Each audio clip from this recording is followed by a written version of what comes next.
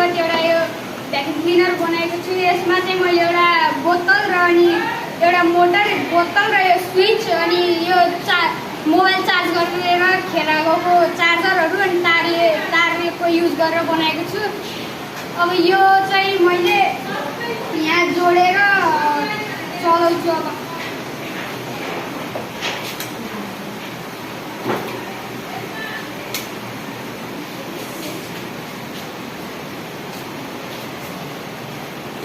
यो चाहिँ एउटा फर्म हो अनि यसलाई यो भ्याक्युम क्लिनरले चाहिँ यसलाई तान्छ अनि यहीँ बस्ने यता पछाडि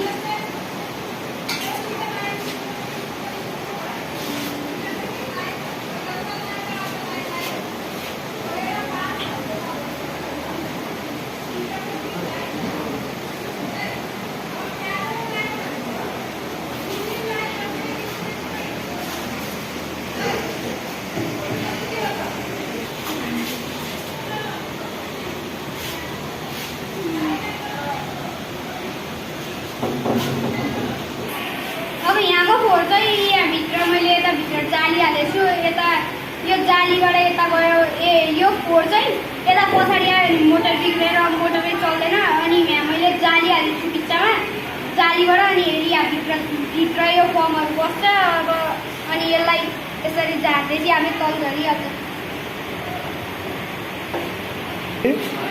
यसको प्रयोग गरेर चाहिँ हामीले घरमा भएको अनि सडकतिर भएको फोहोरहरू फाल्न सकिन्छ। अनि अहिले काठमाडौँतिर पनि मेयर बालेन शाहले यसको प्रयोग गर्न लागिरहेका छन्।